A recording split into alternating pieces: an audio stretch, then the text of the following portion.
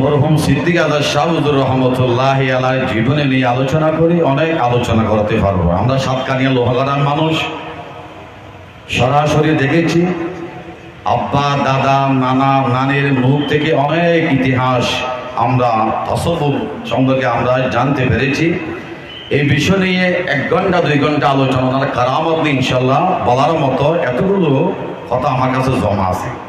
আসসালামু আলাইকুম ওয়া রাহমাতুল্লাহি ওয়া বারাকাতুহু। ইনশাআল্লাহ আল্লাহর শুকরিয়া আদায় করছি যে উনি আমাদেরকে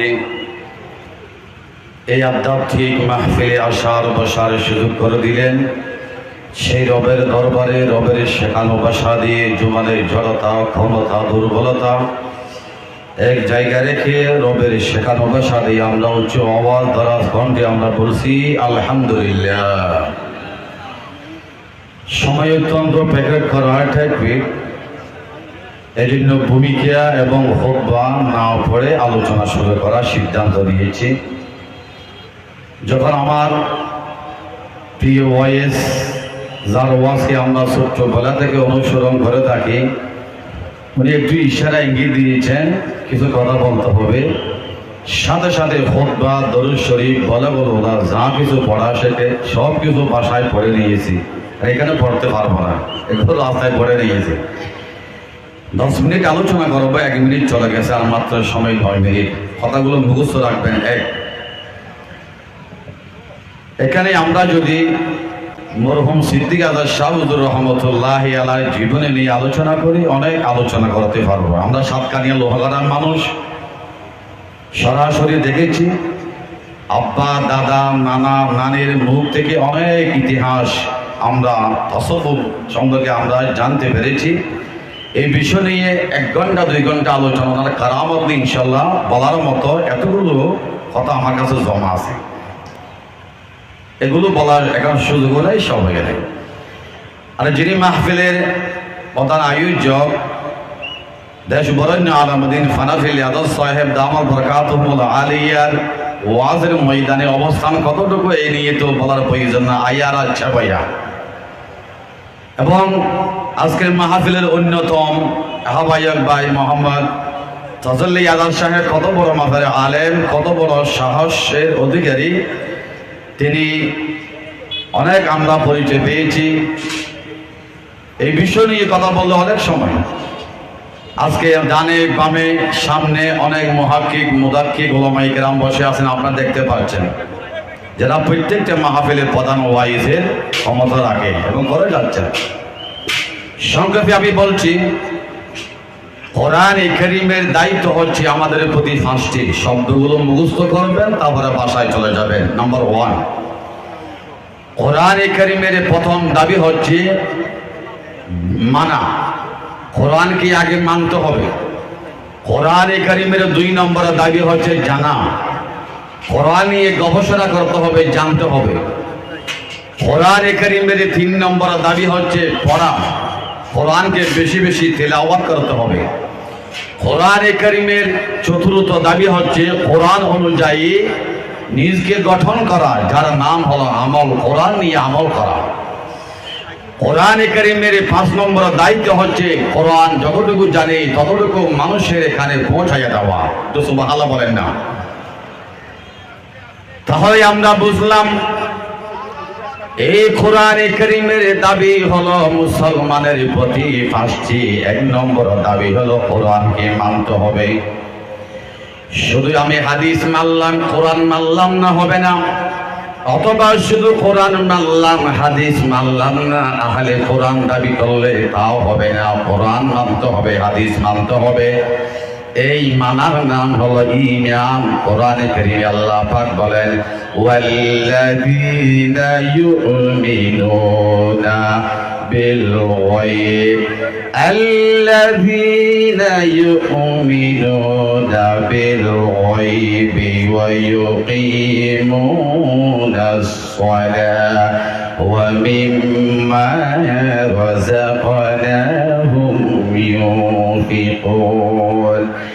والذين يؤمنون بما أنزل إليك আল্লাহ পাক কোরআনে কারীমের শুরুতে মুত্তাকিদের পরিচয় দিতে গিয়ে অনেক খুসুসিয়াত বৈশিষ্ট্যের কথা, আওসাফের কথা আল্লাহ পাক বলেছেন।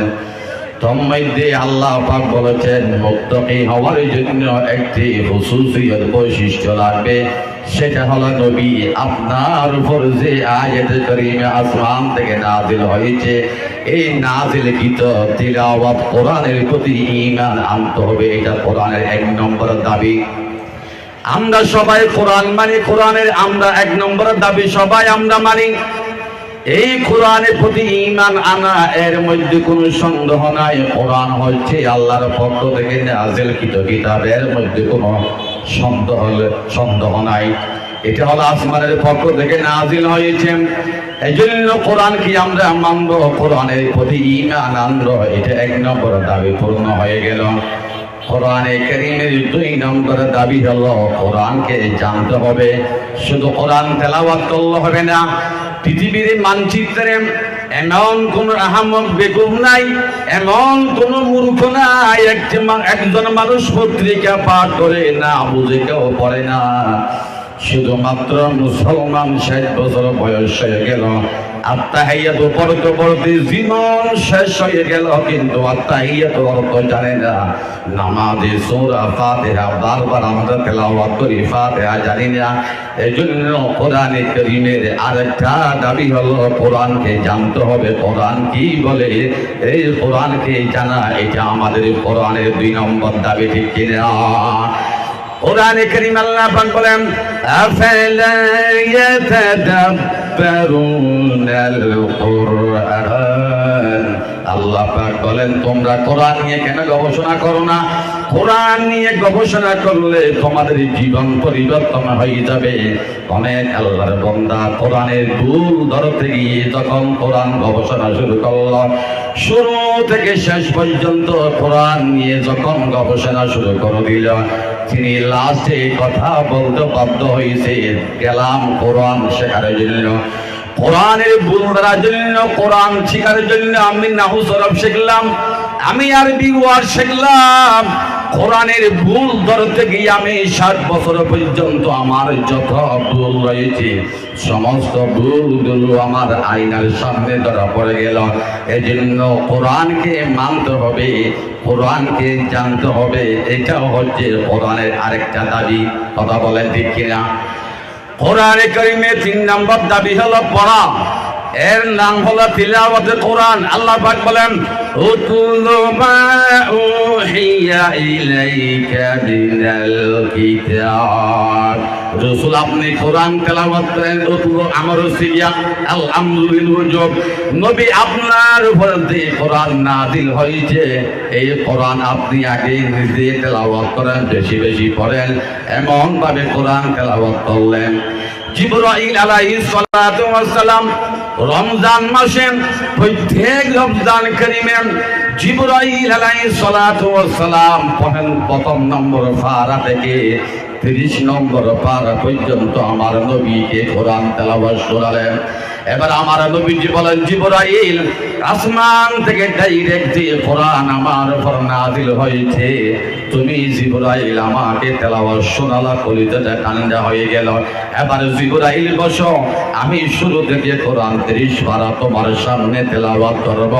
আমার নবীজি জিবরাইলকে 30 পারা কোরআন তেলাওয়াত শোনালেন। এটা হলো কোরআন তেলাওয়াত করা, কোরআন তেলাওয়াতের রীতি। সুবহানাল্লাহ। আল্লাহর হাবিব ইরশাদ করেন ক্বালা নবী সাল্লাল্লাহু আলাইহি ওয়াসাল্লাম আলা ইন্না হাযিহিল কুলুব তাসদাউ কামা ইয়াসদাউল হাদীদু ইযা আসাবাহুল মা কিলা ইয়া রাসূলুল্লাহি ওয়া মা জিলাউহা ক্বালা কাসরাতু যিকরিল মাউত ওয়া তিলাওয়াতিল কুরআন। আমার নবী ইরশাদ করেন মানুষের শরীরের ভিতরে যে একটা রূহ রয়েছে, কলব রয়েছে, এই কলবের সাথে দুনিয়ার মায়া মহব্বত থাকার কারণে কলবের ভিতর এক ধরনের ময়লা জমে যায়। এই ময়লাকে পরিষ্কার করার জন্য কোনো ডাক্তারের কাছে গেলে হবে না, কোনো এমপি সাহেবের কাছে গেলে হবে না, এই অন্তরকে পরিষ্কার করার জন্য আমার নবীজি দুইটি রাস্তা বদলাইয়া দিলেন। একটি রাস্তার নাম হলো বেশি বেশি কোরআন তেলাওয়াত করো, আর 2 নম্বর রাস্তা হলো বেশি বেশি মৃত্যুর কথা স্মরণ করো। এজন্য ভাইরা আমার, কোরআনে কারীমের 5টি দাবির ভিতর রয়েছে মানা, আর একটি দাবি হলো জানা, আর একটা দাবি হলো পড়া। কোরআনে কারীমের 4 নম্বর দাবি হলো আমল করা। কোরআন মতো আমরা আমল করব। ক্বালান নবী সাল্লাল্লাহু আলাইহি ওয়াসাল্লাম, আল্লাহর হাবিব বলেছেন, মান আমিলা বিহি উজরা, যেই ব্যক্তি কোরআন মোতাবেক আমল করবে তাকে প্রতিদান দেওয়া হবে, সওয়াব দেওয়া হবে। ওয়া মান হাকামা উদিরা, যেই ব্যক্তি কোরআন নিয়ে বিচার ব্যবস্থা ফাইসলা করবে সে ইনসাফ কায়েম করলো। সুবহানাল্লাহ। কোরআনে কারীমের 5 নম্বর দাবি হলো পৌঁছাইয়ে দেওয়া। আপনি কোরআন জানেন, আপনি কোরআন নিয়ে গবেষণা করেছেন, এই কোরআন শুধু আপনার পরিবারে সীমাবদ্ধ থাকলে হবে না, এই কোরআন আল্লাহ পাক রব্বুল আলামিনের দরবারে এই কোরআনকে মানুষের সামনে পৌঁছাইয়া দিতে হবে। এজন্য ভাইরা আমার, আমরা সবাই কোরআনকে পৌঁছাইয়া দেব। কোরআনকে পৌঁছাইয়া দেওয়ার মাধ্যম হলো মৌখিকভাবে মানুষকে দাওয়াত দেওয়া।